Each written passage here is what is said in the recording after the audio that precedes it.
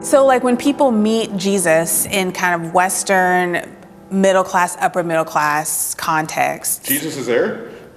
Jesus is there because Jesus loves us even when we're not that great. But but oftentimes the faith and theology that we're introduced to is so individualistic that people see their own personal resurrection as separate from, distinct from everyone else's resurrection. And so I think oftentimes, I meet people who are like this all the time, where they're like really, really, really, really, really earnest and faithful individualistic Christians, where it's all about them like not lying on the job, tithing, loving their spouse, being kind to their spouse. And I'm like, that's really great. Like, I'm glad you're doing all those things. I'm not in favor of you being rude to your wife or something, but you're the senior vice president of sales for Apple. Why aren't you addressing the issue of why kids in my neighborhood don't have Apple computers at their schools, but kids in the suburb next to my neighborhood do have Apple computers at their school? You know, like, what's the point of being Christian if your resurrection is separate from everybody else's resurrection? What keeps resurrection separated? Individualism.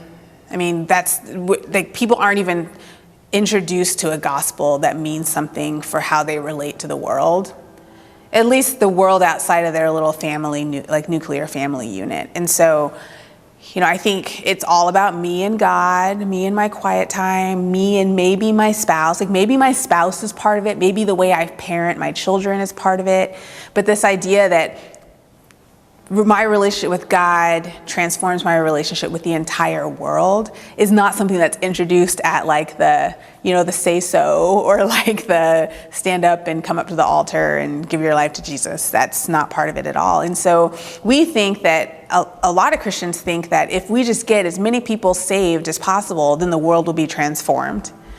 But that assumes that people are being introduced to a gospel that actually transforms the world. And right now we're introduced to a gospel that transforms our own little personal worlds. It doesn't affect the kids in my neighborhood. It doesn't affect me as a Black woman. It doesn't, I mean, yeah, I'm pro being honest at your job. You know what I mean? Like, that's great.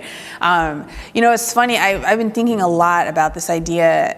It's kind of, I think I'm starting to call it trickle down Christianity, because it kind of reminds me of Reaganomics, where like they thought that that trickle down capitalism, like, oh, if we just make sure that the rich keep getting richer, then it'll trickle down to all of the poor people. And like the big blind spot was greed. Like, oh wait, they didn't take into account that people are greedy. Yeah, you know what I mean? Like they just assumed that people would not be greedy. And I feel like it's the same way with the church. Like, we introduce people to Jesus and we just assume that this is going to transform their social relationships, but we're not taking into account greed, basically, or selfishness.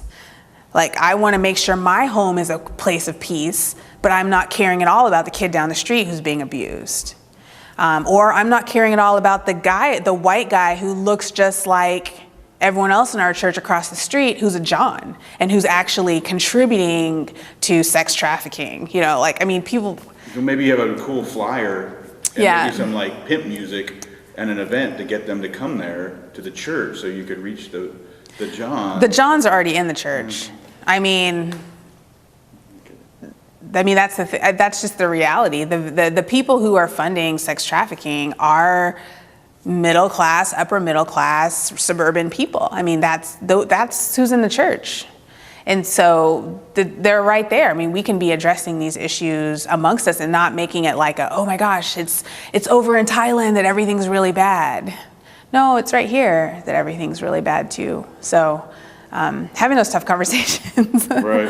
Headed way to the cross.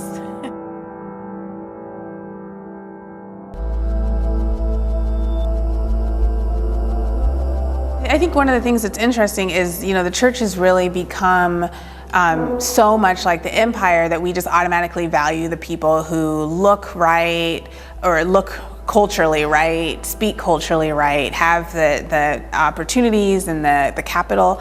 But Jesus was the opposite of that. Jesus spent pretty much all of his time standing in solidarity with the oppressed. I mean, it's so fun because this summer, about 5 friends and I got together every week and studied John's 7 signs.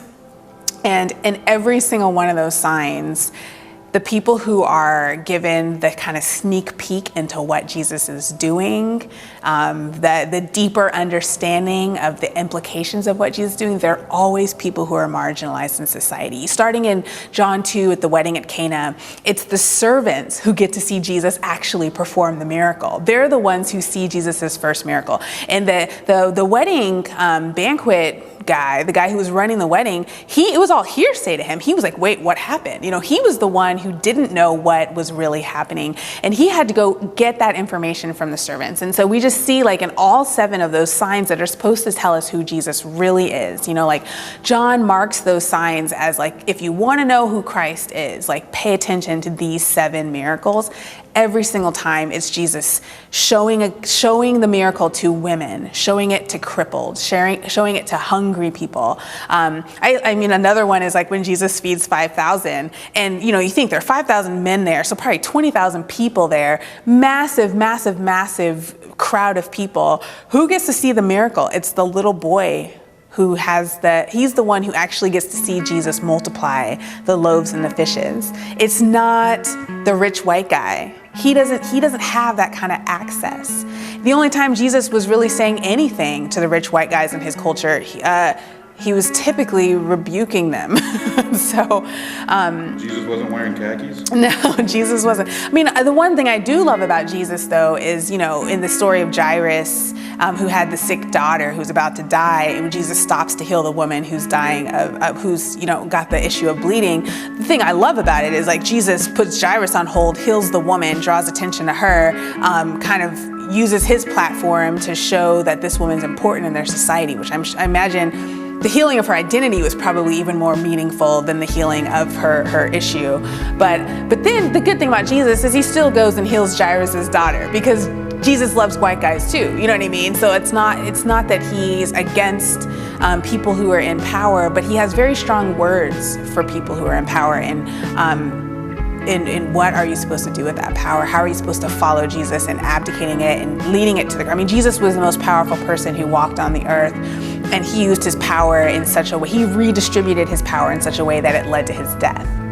But it changed the world, and it also led to his resurrection and resurrection for all of us. So there's, when Paul talks about Jesus emptying himself and becoming humble and taking on the life of a slave in Philippians 2, and becoming a man, giving up his privileges as a deity, Paul's talking about how like we need to be just like Jesus. Like that's the example that we need to follow. And it's easy for someone like me to point to like white men, the upper middle class white guy, but a lot of us, probably anybody who's watching this conversation has some sort of power that they need to give up.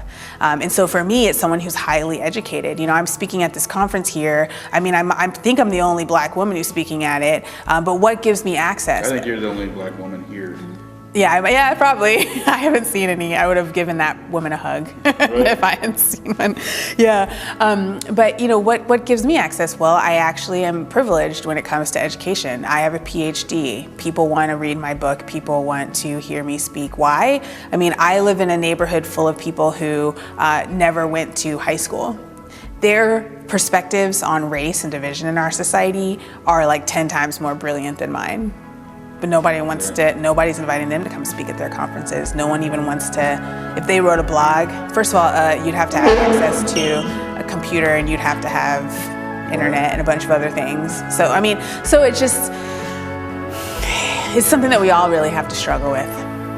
Can you be a privileged person in our society who's not standing in solidarity with the oppressed and actually know Jesus? No, you can't. There's nothing to your faith if you're not standing in solidarity with the oppressed, because Jesus is with the oppressed.